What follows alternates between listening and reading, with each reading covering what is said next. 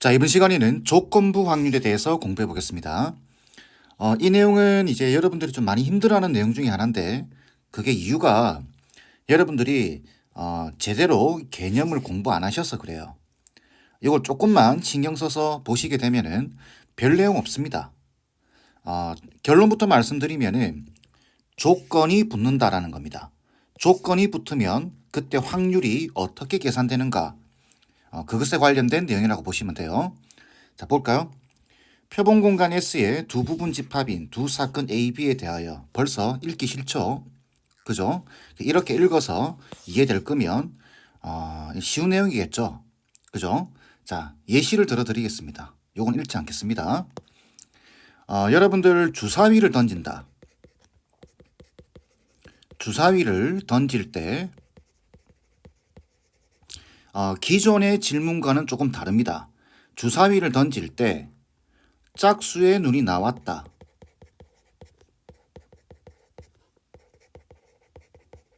나왔다. 이미 어떤 사건이 일어난 겁니다. 이때 그 눈이 소수일 확률, 이렇게 물어보는 겁니다. 자, 무슨 말이냐면은 기존에 여러분들이 공부했던 확률은 주사위를 던질 때 소수의 눈이 나올 확률, 그죠? 이렇게 배우죠. 눈이 소수일 확률, 이렇게 배우면 전체 경우의 수는 6가지고 소수 2, 3, 5, 세 가지가 있죠. 그래서 6분의 3 해서 2분의 1이 되는 겁니다. 이거죠. 기존에 공부했던 확률은. 자, 그런데 여기 보시면 그냥이 아니라 짝수의 눈이 나왔다라고 결정을 지어버렸습니다. 그러면 우리는 전체 경우의 수가, 자, 이제 중요해요. 전체 경우의 수가 6가지가 아닙니다. 이게 중요한 겁니다. 전체 경우의 수가 여러분들이 기존에 공부하던 그 확률처럼 모조리 다 구하는 것이 아니라 짝수의 눈이 나와야 됩니다. 짝수의 눈이 나왔다라는 전제하에 소수가 나오는 겁니다. 그렇기 때문에 전체 경우의 수는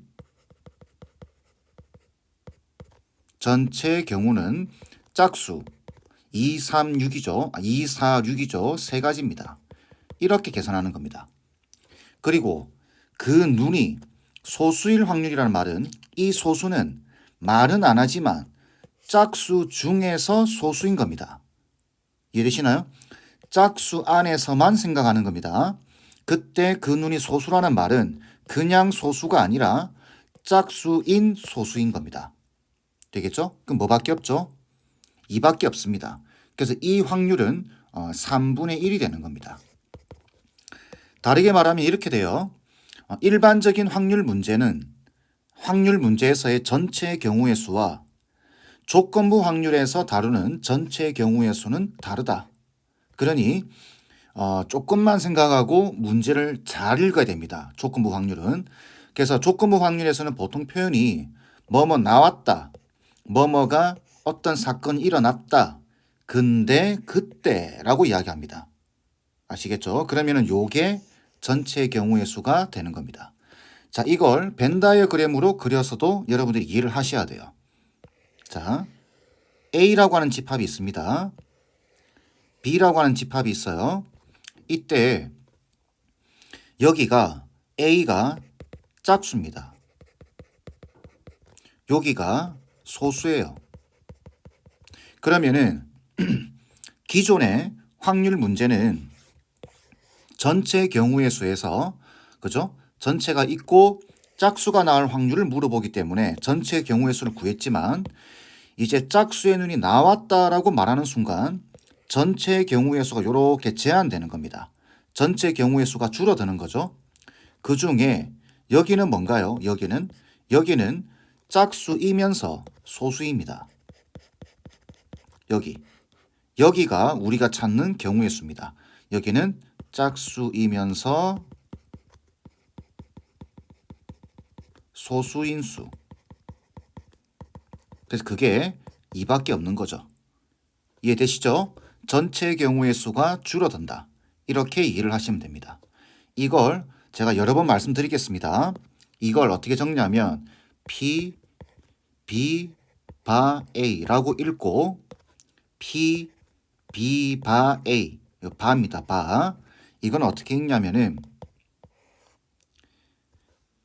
A가 일어났다라는 전제하에 B가 일어날 확률입니다. 의미는 A가 일어났다라는 전제하에 짝수의 눈이 나왔다라는 전제하에 B가 일어난다. 소수가 나온다. 이렇게 되는 거죠. 그러면 이거는 PA분의 전체 확률이 전체 경우의 수가 짝수로 줄어드는 겁니다. 이게 전체 경우의 수가 전체 집합이 아니에요. 그리고 여기는 뭐라고요? 짝수이면서 소수여야 됩니다. 그렇기 때문에 여기는 PA 교집합 B 이렇게 들어가는 겁니다. 지금 여기 P라고 적혀져 있는 이유는 확률로 지금 적혀져 있는 거죠. 이렇게 계산을 하셔도 되고 이렇게 계산을 하셔도 됩니다. 집합의 원소의 개수로 계산을 하셔도 돼요. 이렇게 계산을 할 때는 그렇다라는 겁니다. 하지만 우리가 조건부 확률의 의미를 생각할 때는 이렇게 기억하셔야 됩니다. 이게 조건부 확률이에요. 이해되시나요? 다시 전체 경우의 수가 줄어들게 된다.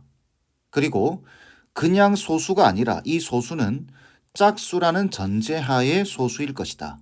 그래서 그걸 그대로 벤 다이어그램으로 이해하면 이렇게 되고 그래서 그 기호로는 P, B, 바 A다라고 적어주고 읽을 때는 A가 어떤 사건이 A가 일어났다라는 전제하에 B가 일어나는 것이니까 전체 확률이 전체 경우의 수가 PA로 바뀌게 되고 그리고 그 사건이 소수가 일어날 사건이 짝수이면서 그죠?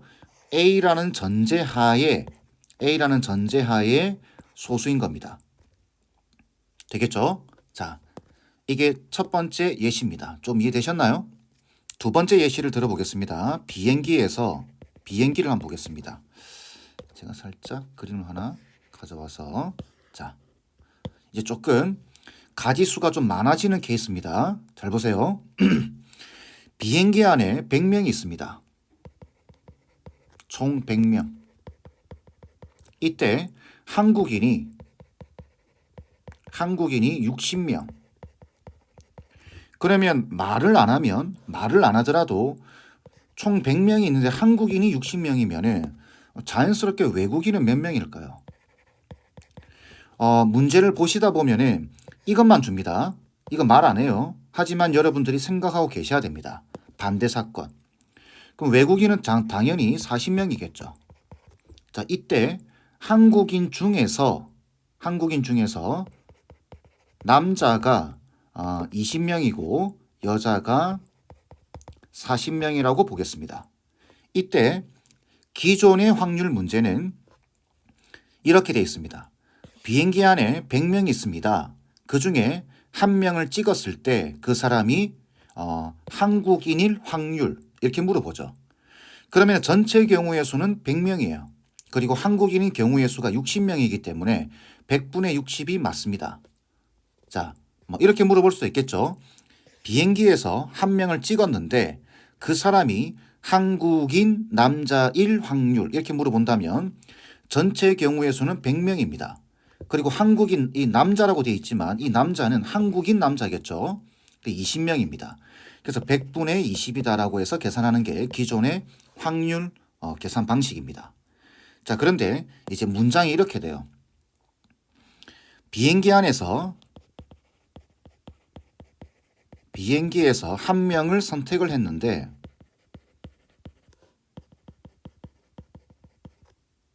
선택할 때 한국인인 걸 알았습니다. 한국인처럼 생겼어요. 한국인인 것을 알았다. 이때 남자일 확률 이렇게 물어봅니다.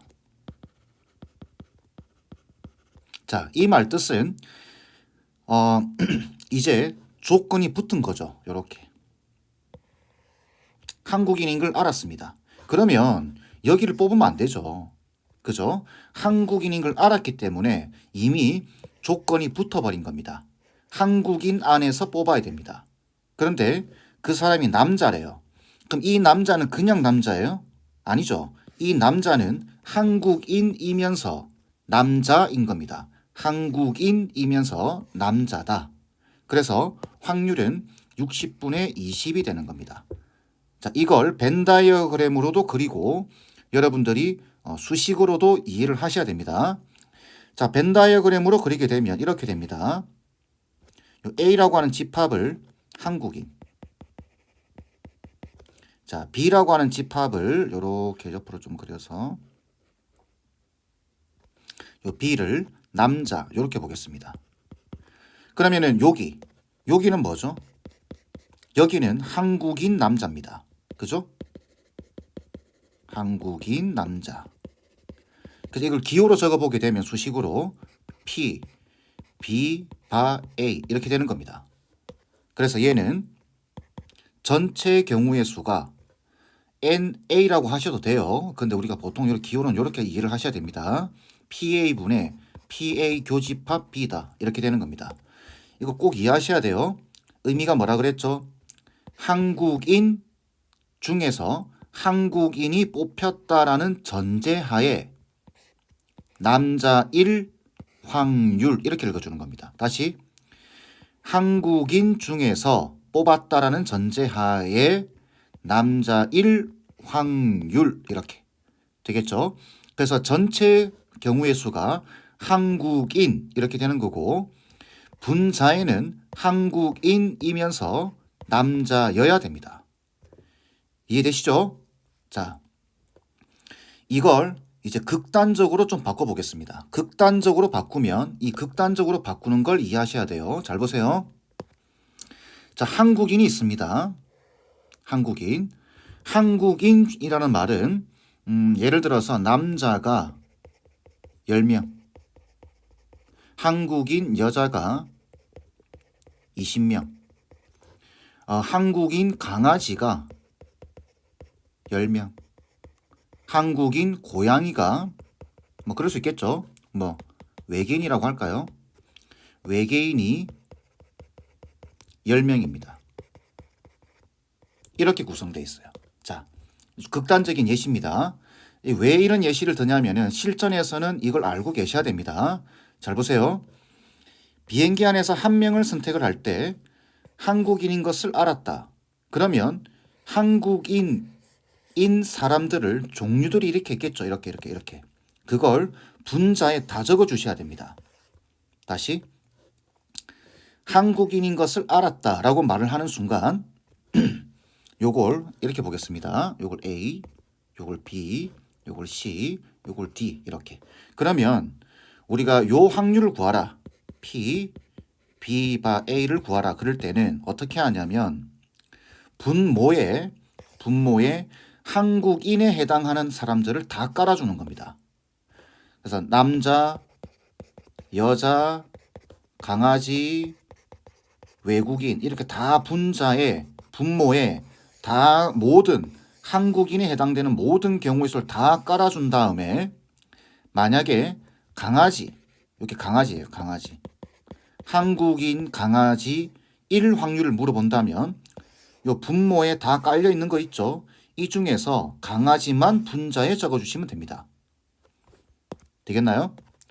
A인 경우, B인 경우, C인 경우, D인 경우 그 중에 강아지 1 확률 이렇게 물어보면 여기 C를 깔아주면 되고 그 다음 외계인일 확률 이렇게 물어본다면 여기가 그러면 D를 올려주면 됩니다. 분자에.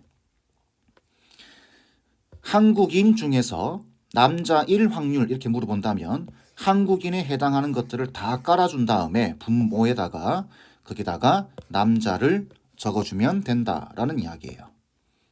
이해되겠나요? 자, 이걸 뭐 예를 들면 이렇습니다. 어느 공장에 다른 예시입니다. 어느 공장에 기계가 뭐 5대 있어요. 물건을 만드는데 A에서는 10개, B에서는 20개, C에서는 30개, D에서는 20개. 지금 이건 몇 개죠? 50, 70, 80. E에서는 20개. 이렇게 만든다고 보겠습니다. 그런데 공장 밖에 물건이 쫙 깔려 있어요. 100개가. 100개 맞죠? 30, 60, 100개 맞습니다. 100개가 깔려 있는데 탁 찍은 거예요. 물건 하나를 탁 찍었는데 그게 요 공장에서 만들어졌다라고 보겠습니다. 되겠죠? 자, 아니면 이렇게 예를 볼까요? 이렇게 보겠습니다. 말을 좀 바꾸겠습니다. 좀 헷갈릴 수 있으니까. 공장에 기계 5대가 있는데 요거 10개, 20개, 30개, 20개, 20개를 불량품이라고 보겠습니다. 불량품. 이거 불량품이에요. 아시겠죠? 자, 근데 공장 밖에 물건들이 쭉 깔려 있습니다. 100개가 아니라 그냥 전체 물건들이 다 깔려 있는 거예요. 다 깔려 있는데 물건 하나를 탁 찍었습니다. 찍었는데 불량품인 걸 안 겁니다. 불량품인 것을 알았다. 이때 그 불량품이 A에서 나왔을 확률 이렇게 물어보는 겁니다. 자, 다시 공장 밖에 물건이 수백 개, 수천 개가 있는데 물건 하나를 탁 집었어요. 근데 이게 불량품인 걸 안 겁니다. 그런데 그게 A에서 생산된 확률, A에서 생산됐을 확률을 구하라. 이렇게 물어본다면 분모에 불량품인 걸 알았기 때문에 불량품이 나올 경우의 수들을 다 까는 겁니다. A에서 나왔을 수도 있고 B에서 나왔을 수도 있고 C에서 나왔을 수도 있고 D에서 나왔을 수도 있고 E에서도 나올 수가 있는데 불량품인 것 중에 A에서 나왔을 확률 이렇게 물어본다면 요걸 분자에 적어주시면 돼요. 이렇게. 이해되시나요? 이 말. 한국인인 것을 알았다. 그러면 한국인들을 분모에 다 까는 겁니다. 전체 경우의 수를. 얘는 아니에요. 그 중에 강아지였을 확률 이름 물어본다면 다 깔아준 다음에 요게 강아지죠. 강아지를 분자에 탁 적으면 이게 조건부 확률인 겁니다. 자, 이렇게 이해를 하시면 돼요. 여기 설명 다 했습니다. 벤 다이어그램으로 설명하는 것들 되겠죠? 자, 다음 확률의 곱셈 정리라고 나오는데 이거 별거 없습니다. 이거는 뭐냐면 읽어주시기만 하면 돼요. 예시를 하나 들어드리겠습니다. 자, 주머니가 있어요. 주머니가 있는데 당첨 제비가 3개 있고 당첨 안 될 제비가 2개 있습니다. 이때 이게 무슨 말이냐면은 여기서 공을 2개를 뽑겠습니다. 2개를 뽑는데 처음에 하나를 뽑고 두 번째 또 하나를 뽑겠습니다. 이때 둘 다 당첨 제비일 확률을 물어봅니다. 다시 여기서 공을 2개를 꺼내는데 첫 번째 꺼낸 공은 다시 넣지 않습니다. 아시겠죠? 자, 그랬을 때 물론 넣어도 돼요. 근데 넣지 않는다 전제했을 때 둘 다 당첨 제비일 확률이라고 물어본다면 처음에 당첨 제비를 꺼낼 확률이 얼마인가요?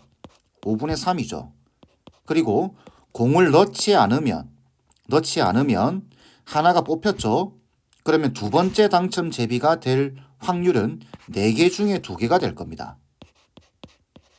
이겁니다. 이걸 말하는 겁니다. 아시겠죠? 자, 보시면 첫 번째도 당첨 제비고 and 그리고 두 번째도 당첨 제비일 확률 이렇게 읽어주는 겁니다. A도 당첨 제비, B도 당첨 제비일 확률 보면은 A가 당첨 제비가 뽑혔습니다. 이미 뽑혔고 뽑혔다라는 A가 일어났다라는 전제하에 두 번째도 당첨 제비일 확률 이렇게 읽어주기만 하면 돼요. 요거는 읽을 수 있겠죠? 그죠? 근데 만약에 처음 꺼낸 공을 다시 넣어버린다고 한다면 그러면 첫 번째도 5분의 3이고 두 번째도 5분의 3이겠죠. 이걸 다음 단어 가면 독립시행이라고 배우게 됩니다. 요거는 나중에 다시 이야기하기로 하고 아시겠죠? 읽을 수 있겠죠 이거? A와 첫 번째 당첨 제비 그리고 두 번째도 당첨 제비일 확률은 A가 일어났다, 났고 A가 일어났다라는 전제하에 B가 일어날 확률입니다. 그러니까 확률이 바뀌는 거죠. 그죠? 물론 안 바뀔 수도 있습니다. 그거는 문제 따라서 다르기 때문에. 곱셈 정리는 이해되시나요? 동시에 일어난다 이렇게 읽어도 되죠. 그죠? 그냥 여러분들이 기존에 확률을 계산하던 방식 그대로 그냥 수식으로 적어놨다 라고 생각하셔도 될 것 같습니다. 자, 조금 이해되시나요? 제가 두 가지 예시를 들어드렸죠. 결론은 조건부 확률은 전체 경우의 수가 바뀐다. 이때 문제를 푸는 테크닉, 실전에서는 이걸 많이 씁니다. 아시겠죠? 저도 이렇게 풀겠습니다. 자, 조건부 확률에 대한 개념 정리는 이 정도로 하겠습니다.